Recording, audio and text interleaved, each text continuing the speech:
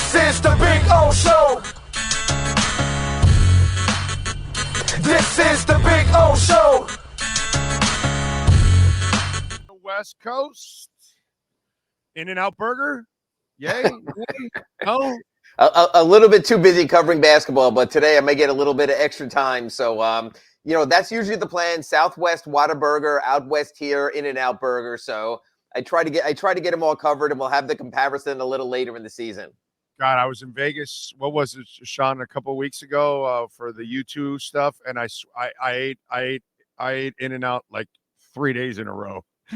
It's just like I can't help it. I love it. They're so tasty, man. You know what? There's that In-N-Out Burger on the strip right behind the link there. When you're walking along there, I always go down that corridor beside the Flamingo, and I'm like, when I walk the strip, it's like you'll see me. I'm the guy holding the burger in his hand. By the way, you've been around. You were listening to a little bit of that David Furones conversation. It is nice when you've done talk for a long time and you get newer references that you can use, because, we always had to lean with the same old, Sure. Don Shula did it this way and Ron Frazier did it this way. And now I've got Spo and Larinaga that I can actually lean on for great coaches in town. You know what I mean? Maybe Paul Maurice will make his own way. I thought Paul Maurice was pretty good I thought Paul Maurice was really good during the Stanley Cup Finals run, because he really took us inside the emotion of don't forget this moment. It might not come again because it's been so long. So, yeah, I thought that was really interesting also. And he's building on it. So maybe he'll have it. And you know what's interesting also? Skip Schumacher was at the game last night, was around the Heat locker room before the game. What I love to see is that there's not an arrogance of coaching and managing, that these guys do interact and they understand they're all together. So you'll hear talk about not only even Jimmy Larinaga, but Dusty May up at FAU also, and the coach at Nova down here and what they're doing. Crutchfield and Nova. Yeah, Jim Crutchfield. And it's just nice to see that they're all in it together. It used to be, even like I thought the Dolphins originally, when all these teams, when the Heat and then the Panthers and the Marlins came, they were guarding their turf. It's nice to see it more wide open. Look, there's nothing like the presence of Mike McDaniel waving a towel at Heat playoff games and showing that he's part of the crowd also. So I really do enjoy that now. Yeah. Yeah, it started to get looser with the Riley, Doug McClain era and all that kind of stuff. That's when it started to get looser, around here, because those guys interacted and all that kind of stuff. By the way, I was talking about how Riley could easily disarm us in press conferences all the time. He used to do that. He was a master at all that. You'd be ready to ask those questions, and he would own the room. Yeah. He'd like gut you out right away. You're like, okay, he answered it. All right, we got our answer. But you know what? Also, one thing about Pat Riley, and I think like David Furones referenced that in his report just now also, is Pat came prepared almost like a politician. Like when you see the White House briefings, they have that big notebook. Pat up here had that all. He goes, okay, Ira's going to ask me why we don't have another point guard. I'm going to have my answer. He knew what was coming, and he knew how to do it. Pat Riley never answered the question. He answered the answer. He came in knowing what he would say. There were never moments, accidental moments. When he was talking about hidden smiles and hidden emojis about LeBron leaving, he knew he was going to say that. When he walked in and talked about, hey, I want to see Eric Spoelstra try to work with Bam and Hassan, he knew he was putting that out there. He knew when he was tightening the screws on Stan Van Gundy. There's no accidental Pat Riley press conferences, and that's why very rarely with Pat did we have those impromptu moments. He wanted it to be like a White House briefing, sort of like Mike McDaniel comes in. He's up at 2:30 in the morning. He's preparing for that also. He knows what the agenda is going to be. And what I like is on Hard Knocks, he even tells that to his players. He goes, I don't want to hear about playoff seeding. I don't want to hear about anything. It's about this week's game. Let me handle the media. So I really like that Hard Knocks took us inside this season. So now we sort of know how the soup is made also. Yeah. Shrinking violets. Riley knows what he's doing when he does it. That's been my favorite coach to cover. Riley was so phenomenal to cover. All right, last night, I mean, the injuries, catching up a little bit here to Miami. Bam obviously was working his ass off. I know he didn't shoot a great percentage, but he got to the foul line to compensate. when he got to the foul line, and it was just kind of a rough night. Tyler had a rough night. In fact, Tyler should have only shot threes last night. He was good on threes. That's true also. But you know what, Big O, and I wrote this in a column I just posted at sunsentinel.com. You can't judge this Heat team with these guys out for this reason. Right. Their top 4 perimeter defenders, Jimmy Butler, Caleb Martin, Haywood Highsmith, and Josh Richardson, were out. Well, you don't want that against Kawhi Leonard, Paul George, Russell Westbrook, James Harden. You're screwed. Matter of fact, I'm going to give you, because I know you like to be forward thinking on our Acura Pembroke Pines reports. They got the Lakers tomorrow back at Crypto.com Arena, the former Staples Center. Think about this. When you typically play the Lakers, probably the initial defender would be Caleb Martin. Probably he would be followed by Haywood Highsmith. This year's roster, you'd see some Josh Richardson, and then at the moments of truth in the fourth quarter, Jimmy Butler would take the assignment. They're without those 4 guys tomorrow. Right. So you might tell me, hey, Ira, Bam Adebayo, put him on him. He's a great 1 through 5 defender. And Big O, that's fine, but who the hell guards Anthony Davis then? You can't play without your top defenders, just like you can't play without your top scorers. So Heat Nation, exhale. Last night wasn't good. Tomorrow might not be good. Phoenix might not be good with Durant and Booker and Beal. They'll get these guys better. They'll be who they are. Eric Spoelstra, like we talked about press conferences, you know he's always going to say he has enough. I've always said this, Big O. I would love a portable lie detector to take out West. Okay, Eric, put these on. Now tell me that you think you have enough. He's a basketball savant. He has to know better, right? No, you should. Now, let me ask you something. Can we get Caleb Martin to go visit like a little old lady in Hialeah? Maybe she can come up with some kind of Santeria to help the kid and keep him healthy, because poor Caleb Martin, dude, he has a problem with getting injured. Yes. And I mentioned before in our Accurate Pembroke Pines reports why I think so. I think with Caleb Martin, he's such an explosive player that he's too explosive, Big O. That a guy like that who tries to do that, we see the dunks and what he tries to do there. Sometimes you need to pull back a little so you avoid those type of situations. Just like Tyler Hero, play smarter. Don't dive for the ball in Milwaukee and break your hand. Maybe don't push as hard against the Grizzlies and twist the ankles. We want our players to do it all, and we also want them to be available every game. The older players, there's a story. When Karl Malone was with the Utah Jazz, and he was there with Adrian Dantley, one of the things he told him is, never dive for loose balls, because no one's going to pay you if you're injured and not the player you are. So understand also when to make your moment. Hey, on a final play like last night, Alabama, Michigan, you put everything into it. It's the moment. On other plays, maybe you dial back. I think Caleb Martin is too explosive for his own good. I don't know, man, but they better start doing some yoga or something with the kid, or it's just like I feel so bad for him. No, it's like someone has a doll with the pins and they're sticking it in the ankle and they're sticking it in the shoulder, and every time you turn around, it's something. And man, he feels terrible. I spoke to him before the game here in the locker room yesterday, and he said the same thing. He goes, "It hurts on the outside a little, it hurts on the inside." He wants to be out there. I will say this, because I know these guys. They are doing everything possible to try to get back. Josh Richardson didn't come here to sit on the bench. Josh Richardson's never had a back issue before. He wants to be out there. Haywood Highsmith tried to travel with the team and play through a concussion. We all saw what happened on that play with Colin Sexton at the end on Saturday. That was I covered Mike Tyson. That was a knockout. He was woozy. He was held back to his corner. You throw in the towel. So some of this stuff is happenstance, but the bottom line is this isn't the real Heat. And man, tomorrow when they come out and have to defend LeBron, I don't know with who. God bless you, Jaime Jaquez Jr., and welcome to the NBA.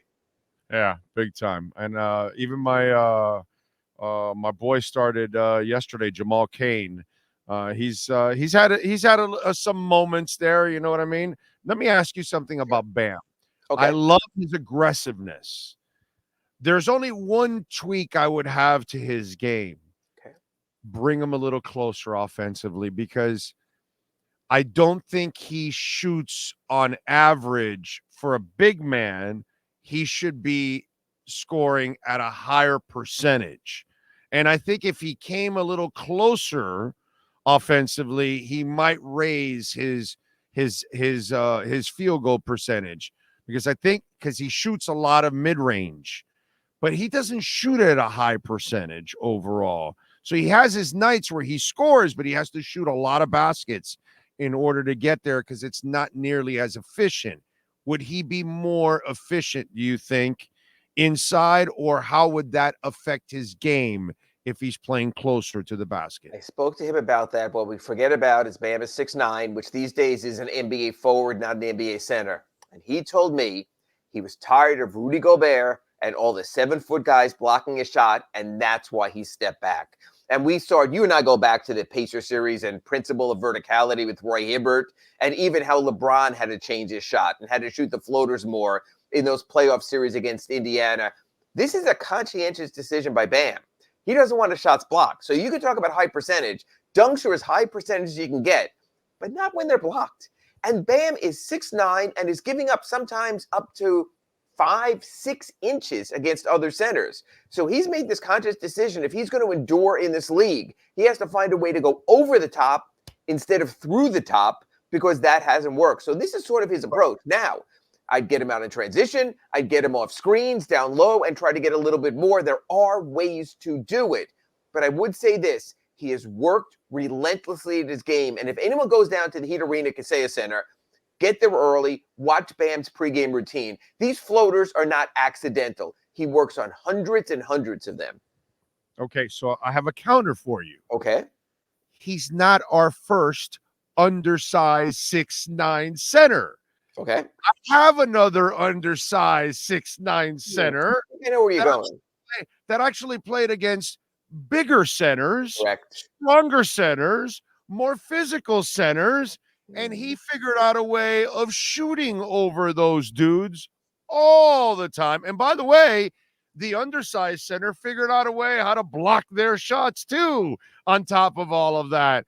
So, and the guy that we have now is actually more athletic than the other 6'9" center. Well, who are you referring to? Because I'm thinking of someone else, maybe. I'm thinking Alonzo Mourning is what I'm thinking. See, that's fascinating how you and I think of different eras. I'm thinking of Ronnie Cycling.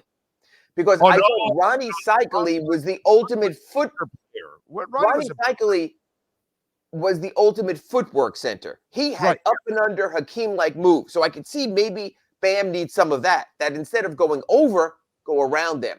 Ronnie's footwork really picked up. Zoe had that midi from the sort of where Bam did also, but he played with more of a physicality. Again, it's almost like Zoe had a little baby hook sometimes. He'd whip it out, right? No, he was, But again, he was so different that, remember, I think the first 4 years of Alonzo Mourning's career, especially in Charlotte, he never passed the ball. He never gave up the rock. He got it. He shot it. I remember Dr. Jack going here. He's not here to pass the ball. He's here to get it. They're different players. Bam is trying to do more. He is setting up at the elbow because he's also trying to facilitate the pick and roll.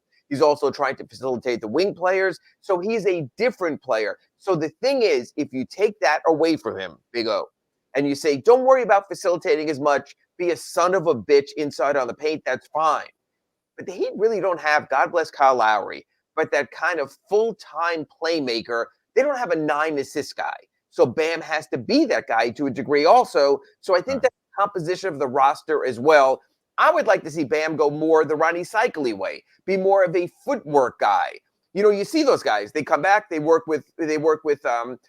They go down to Houston. Out of all three guys, he's the most athletic guy out of all three. He's I would agree with that. Yes, and he's more athletic than Ronnie Cycling, and he's more fluid than those guys also. Because Alonzo, by the way, that's one of the things I love about Alonzo Mourning. Besides his toughness and his nastiness and his fearlessness and all that, he was a tireless. He was a very mechanical player.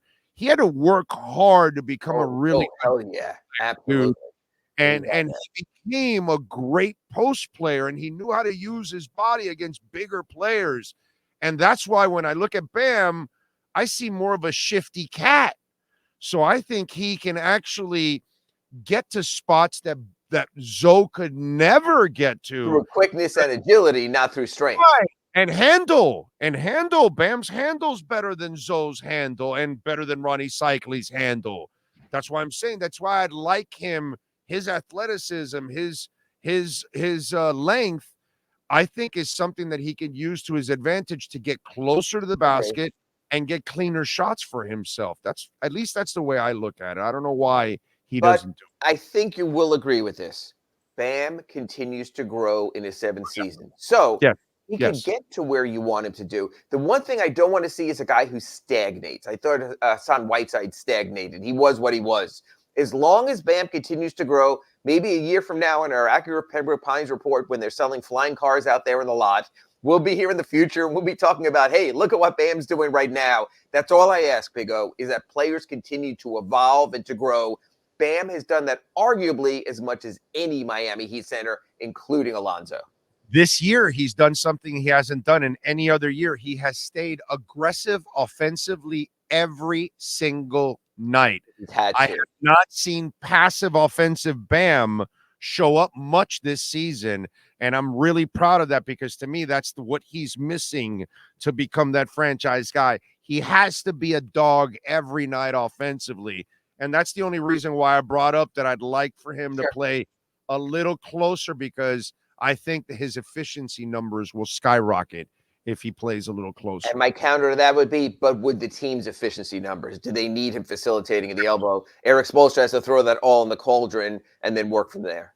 Yeah, it's a great point. He has so many other responsibilities. He does. It's crazy on defense. Yeah. I mean, Eric Spoelstra last night was just talking to us about how defense at the point of attack has been terrible, which is not surprising when your top defenders out there are Tyler Hero and Duncan Robinson and Kyle Lowry. So Bam not only has to be in the perimeter, he has to be the back line of defense. He has to be it all. They need Caleb and Haywood and Josh and Jimmy back because Bam needs a damn break. It's almost like get those 4 back and give Bam a night off. He certainly merited it.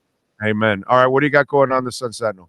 Well, I wrote that column I spoke to you about that, hey, don't judge the Heat right now without the top 4 perimeter defenders. Couldn't have come at a worse time, but they will come around. It'll come together. Working on a story about Jaime Jaquez, I felt so good for him. I know they didn't get the win. It was Mexican Heritage Night. He got a loud, rousing ovation. They loved him here.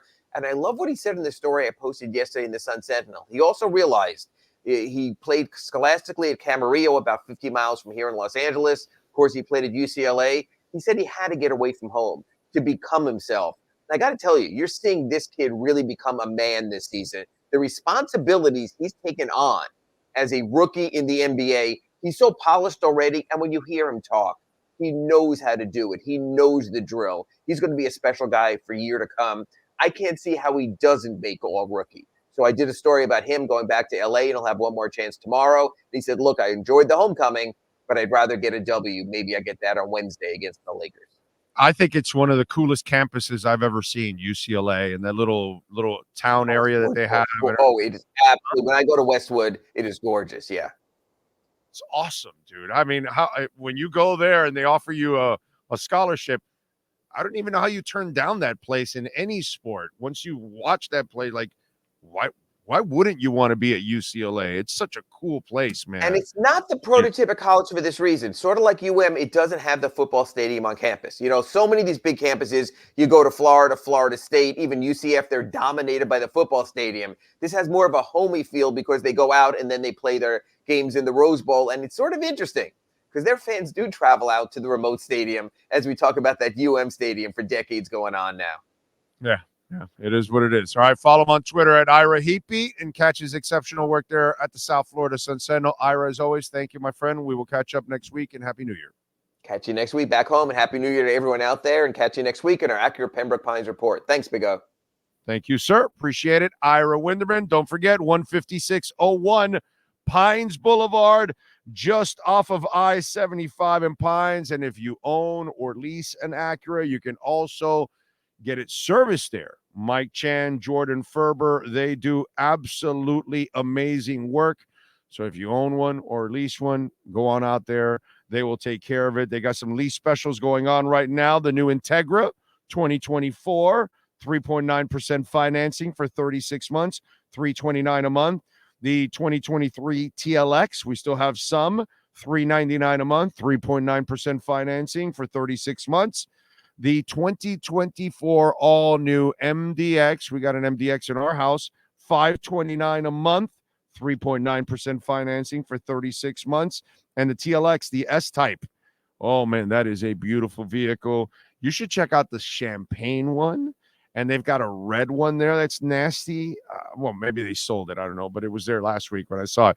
And it is beautiful. The champagne and the red in the TLX. It is, oh, God, Ray really did a nice job there.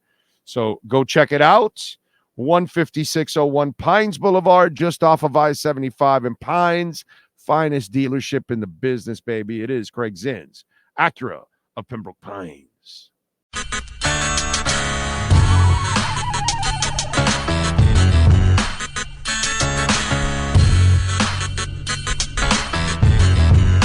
This is the Big O Show. This is the Big O Show.